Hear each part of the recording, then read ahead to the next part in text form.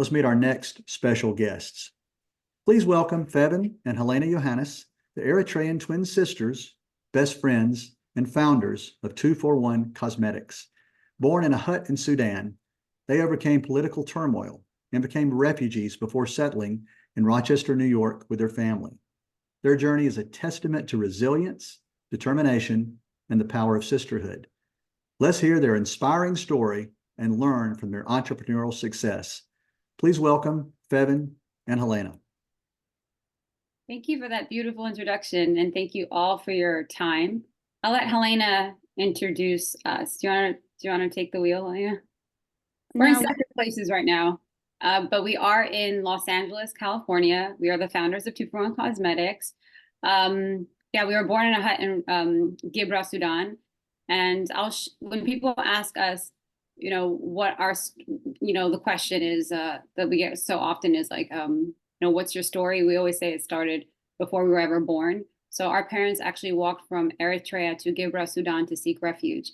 And I remember asking our father what that was like one day. And he said, with this great, beautiful, resilient smile, Febu is my nickname. He said, it's like walking from LA to San Francisco.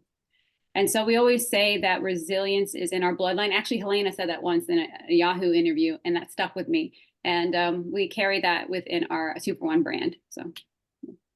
So I am 15 minutes younger than Feven, so that's why she took the question before I did and answered it. First of all, thank you so much for just sharing this platform with us. And we're very honored to be here and speak to other people who have a similar background to us and who appreciate the American dream so much. I just want to say on a personal note, this is my first day back, if you will. I just had a beautiful baby girl. So this journey for me has become so much more enriched, and is very heartwarming to be here.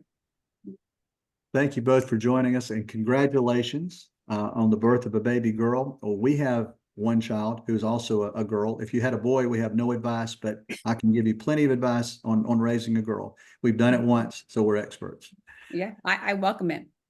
So why don't you both share with us how your Eritrean roots, I can't say that, and family values influence the creation and ethos of 241 Cosmetics? Well, Eritrea has always been the forefront and the muse, if you will, of 241 Cosmetics. Beauty really originated from Africa, actually Egypt, with the eyeliner. So we've always turned to Eritrea as inspiration because the people there are so influential to us. They're so beautiful in the culture as well as just aesthetically, just so stunning. And you did say it correct. It's Eritrea. Some people say Eritrea, we say Eritrea.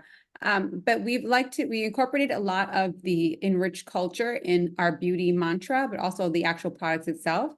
For instance, our top selling red lipstick is called Red Sea, and that is because of Eritrea, because we're on the Red Sea border.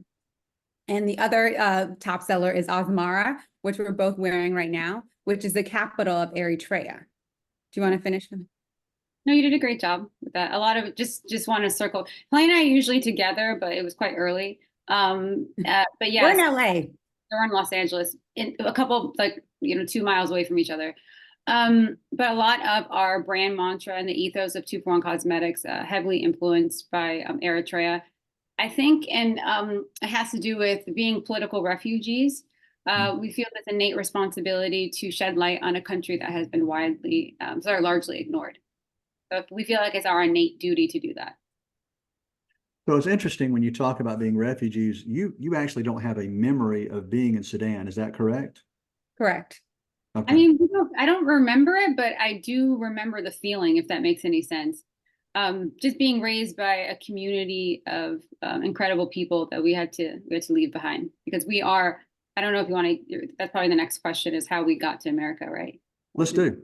That's great. But I want to say, just to piggyback on what Feven was saying, a memory per se, we were so young when we left, but it's so remarkable because we actually have photographs of when we were younger. So I'm in awe that my parents actually have photographs to share with us of us being in the refugee camp, whether they're tarnished black and white photos that look like they were, shot in the early 1900s, but there's still evidence that we were there. And it's really just, I think about how they did that in such a heightened state of trauma, of displacement, of the fact that they documented us in that way is so striking. So your journey, you were talking about, coming from that camp to Rochester, New York. And yeah, how did you get from there to Rochester to now having a cosmetics brand? Well, before we answer that question, I know that a few people have asked, first of all, they've congratulated Helena on the birth of her beautiful baby girl, but also they asked if we would ever return. Rose just asked, we would love to return to Eritrea. We actually did when we were 18 years old. And that definitely influenced our brand and just reaffirmed that we have to, like I said, this innate responsibility to shed light on a country that's been ignored. So Helena, do you want to answer his question? Sorry, about how we got to America. Sure. Oh, no. We so Feven and I were very fortunate. Our mom stood in a very long line in Sudan to be selected to be a part of the refugee resettlement program. And it took some time, but we were selected partly because our father was a freedom fighter in the war between Eritrea and Ethiopia. So that's actually why we were displaced. So our family actually fled, as Feven mentioned, from Eritrea to Sudan to seek refuge because of the war between Eritrea and Ethiopia. Our father was in the war. He was on the front line, and his comrade stepped on a landmine that later injured him terribly and unfortunately killed the comrade. But as a result of that, we found ourselves in a refugee camp in Sudan. And our mother looked around, and our father, there's no way you can raise a family like this, at least how they wanted to raise their family. And they heard about this resettlement program, and it was there that we were actually selected and then sponsored by a Presbyterian church in Rochester, New York. So I just want to add that our mother had no idea that she was having twins. She was having a big boy. Yeah. So it was a complete shock to the community and a complete shock to my father as well. So yeah, she just had the midwife that didn't even know that she was having, twins as well. And our mom's very small. She's only 5 feet. Yeah. We're 5'7". So they just assumed that she was going to have a big boy. Yeah. Yeah. But it ended up being the two of us. And speaking of your mom, I know you're close to both of your parents, but there's a story that you shared with me about your mother and lipstick, and it resonates with you. Would you please share that with our participants? You can go. Yeah. If you look at our 2-for-1 cosmetics landing page, we actually share that. And so red lipstick, Red Sea is, which Helena mentioned earlier. We named one of our top selling products, and it's available at Bloomingdale's. Red Sea lipstick was really inspired by our mother. When we got to America, our parents worked several jobs. They were a unit, but they definitely worked several jobs to, provide a life for us. And we, every morning, my mother was a nurse, and every morning we'd watch our mother apply that red lipstick. And it was almost like this armor of courage for her to face the world. And so for us, beauty is not a frivolous thing. It's self-care. And we just, that memory is still just kind of embedded within us and also our 2-for-1 cosmetics brand. Yeah.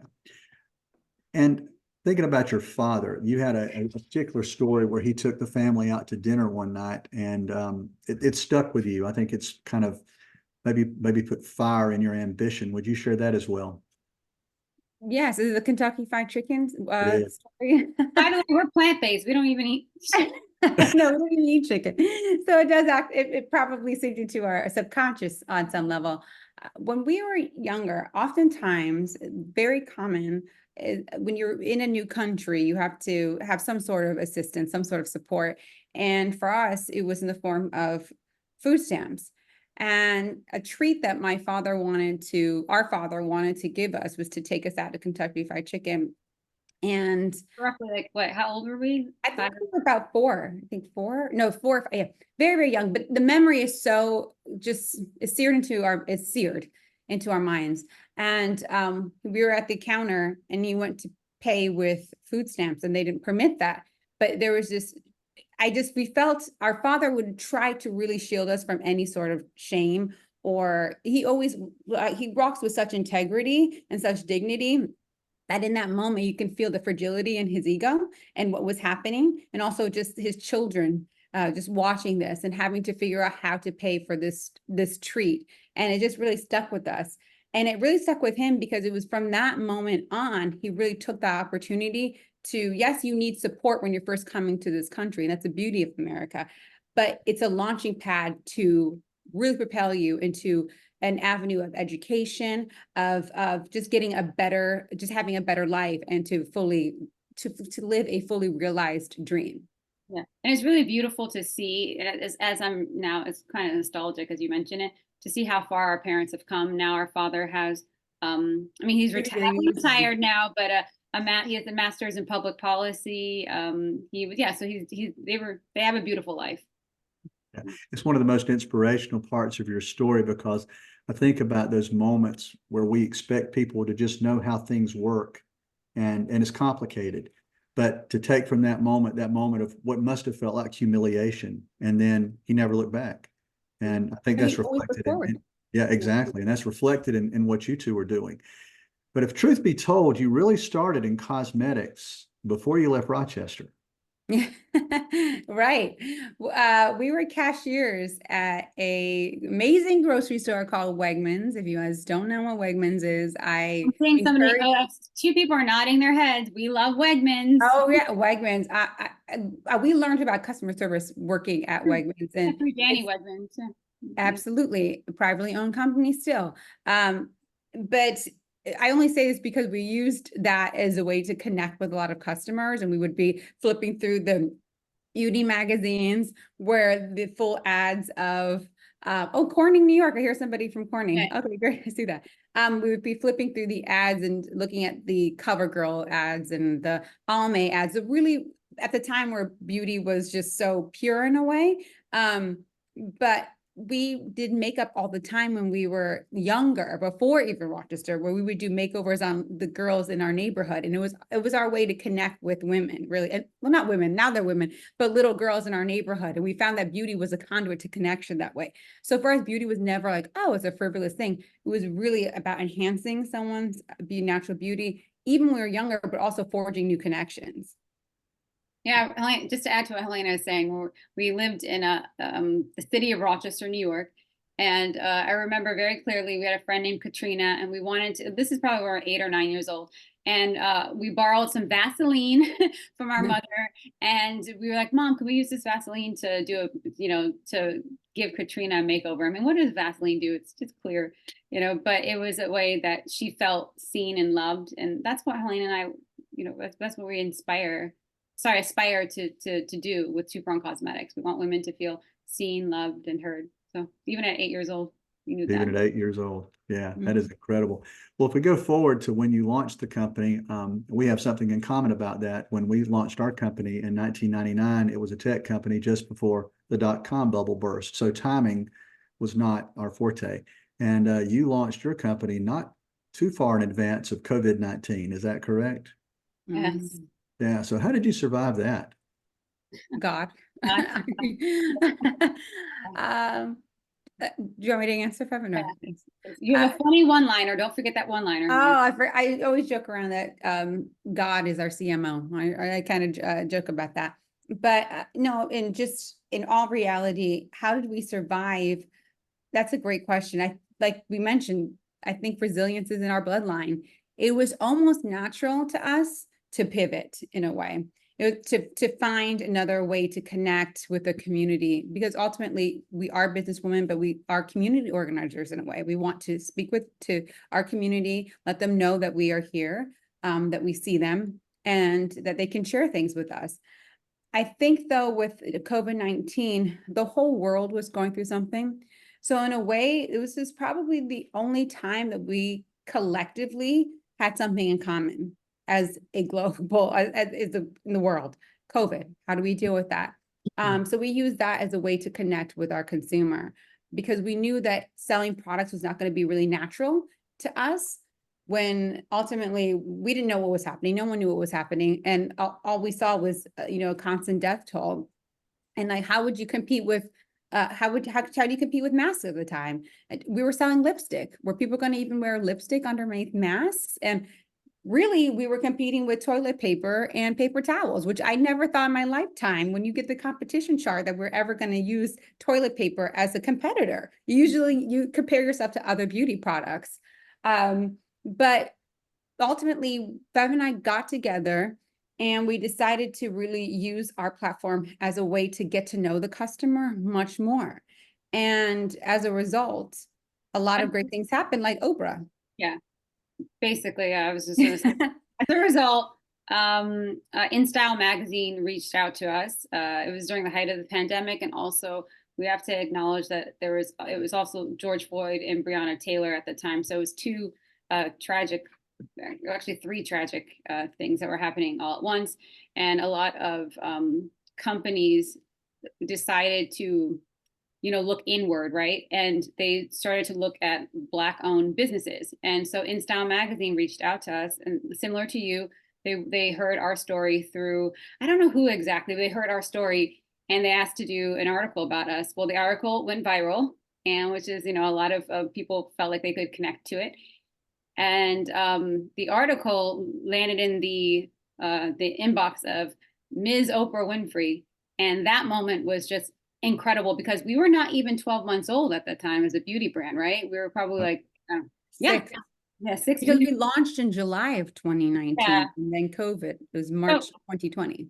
So Oprah read our story, and a gentleman named Ms. Oprah Winfrey, and then a gentleman named Adam Glassman, and then the rest was history. I mean, it's Oprah. Helena says it best.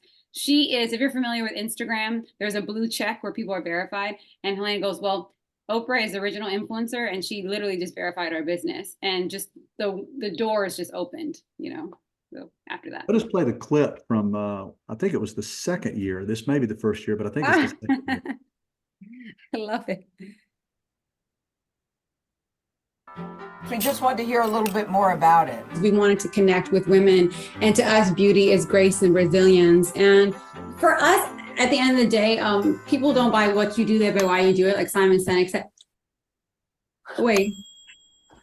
Oh my God. Wait, it's happening. I tell you why I like it. You can give it to anybody of any race, any gender, any shade of color. That's why I like it. And that's why it's one of my favorite. Thank you so much. We're just really grateful and a bit stunned. I'm so happy to be able to share this. Dream come true.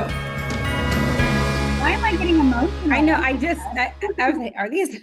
I don't know what's happening. I'm getting so emotional. To hold back the tears. Moments like that are so special. And we understand some people are having difficulty hearing the recording, so we will share the link in the chat box so everyone will have an opportunity to listen to that, because it is such a special moment. And just telling from your reaction, that was the turning point. Mm-hmm. Yeah. It's a turning point, and also thank you so much for sharing that. It's also a reminder of how far we've come and all of the beautiful blessings. I think as an entrepreneur, sometimes you can be really stuck in your own silo, and for better, for worse, you kind of forget about those different milestones. And when you reflect on those milestones, like Feven and I just did right now, it makes going forward and pushing that rock up the mountain a lot easier. You get almost a jolt of such joy, and thank you for that reminder. It's our pleasure. Thanks for sharing it with us. So tell me, what's next? What's next for the company? What's next for the two of you? I mean, we're going to be, in terms of products, we are going to be restocking and launching. I don't know if I could mention it. A couple of products in July. They are actually 2-for-1 products, meaning a lip and cheek product. And yeah, we're looking to expand overseas. We're really interested in. I just got back from Dubai, so we're interested in. We're interested in tapping into that market as well. Also, our brand ethos is about inspiring women to embrace all facets of their personality, whether it be in work, business, life. And so Helena and I are actually producing a project right now with a pretty A-list actor. And the intention of the project is really to shed light on the continent of Africa. And eventually we want to open up a few storefronts there as well. So everything is in tandem. but no one knows about those things yet. Okay, Yeah. all right. We'll try to keep it quiet. Right, exactly. Something that I don't know if we touched on, but we are privately owned, meaning it's just the two of us who own the company. So in order to scale, we're looking at different avenues and how to go about that. We're coming up to year 5, so we're really looking at our products, our numbers, and how we can actually scale. What does it look like? Does it look like we are open to different investors, or do we still want to take on 100% ownership? So that's something that we're actually entertaining right now. But in terms of Feven was saying products, we still have products on our site. We welcome everybody to try them, purchase and support, because we are a small business. And yeah, we have the 3 new exciting products launching in July. So being self-funded, what is it exactly, the initial idea? You came to that, I believe one of you, if not both of you, had an epiphany after pitching your product and your idea. Well, as you know, I mean, they're just facts. 0.2 or 3% of venture funding goes to women of color. And we're not a charity. We're investing in us is good It's business. good business, yeah. At the end of the day. And we've had prior to launching our company, we had a few pitch meetings with investors who didn't really understand what we were creating. We hadn't even sold a lipstick at that point. We hadn't sold an eyeliner at that point. And we thought, okay, the venture funding route initially was what we were supposed to do. But after a few meetings, we left feeling a bit discouraged, especially me. Helena can move through it. It's on my face when I'm. Yeah, I was about to just jump in there. The specific moment was in Santa Monica, and it was in 2017. Yeah, 2018. And it was that presentation that we gave to this one VC through a warm intro, those words, And I just look over at Feven, and it was just this, it was almost resignation in her face. Like, what are we doing here? Why are we convincing people that will never understand our value? Why don't we just take that opportunity or that time and really reinvest in ourselves and our products and really just produce the product and launch the product on our own? And we took that redirection as that no that they gave us as a redirection to actually launch the product and pour into ourselves what we thought what the company should look like, what the product should look like. And the outcome was bigger than we even thought. Wow. Well, I know we're running close on time, but I have to mention that some of the people attending this summit today are actually still displaced. They are in refugee camps. And I wonder if you have a word of inspiration for them, a word of encouragement that you'd like to share. Well, first, you all are such inspirations to us. To say that. Truly, truly. But Feven, do you want to start, or? I need a moment for that. Yeah. To be honest with you, I feel like Helena said, we're kind of still pushing that ball up the mountain, but they're inspiring to us. I would say that stay true to yourself, and and continue to believe in. Don't forget your roots is my thing, and I think I'll let it. That's actually a heavy question for me, so I would say don't forget your roots. If you guys could please let us know where you are in the comments, that we would just love to know exactly. But in terms of words of wisdom, I think sometimes especially with social media, you can get caught up in this fast hustle or fast outcome. It's so difficult to say because of where you are, but being patient and being forgiving and just of yourself. If, let's say, there is an outcome that you're not happy about, I think you already have the unfair advantage for a lot of you have an unfair advantage compared to other entrepreneurs. Let me make that clear, because of where you are, and you can see your disadvantage actually becomes your advantage in ways that I think will pay in dividends. Wow. Those are great words to end on. We thank you so much for joining us today. And we're thankful that you're going to be back with us tomorrow on World Refugee Day as you join a panel of fellow entrepreneurs and we talk about the characteristics that came about through this displacement experience that actually helped fuel your business. It's something I term the refugee advantage. So thank you, and we will see you both tomorrow.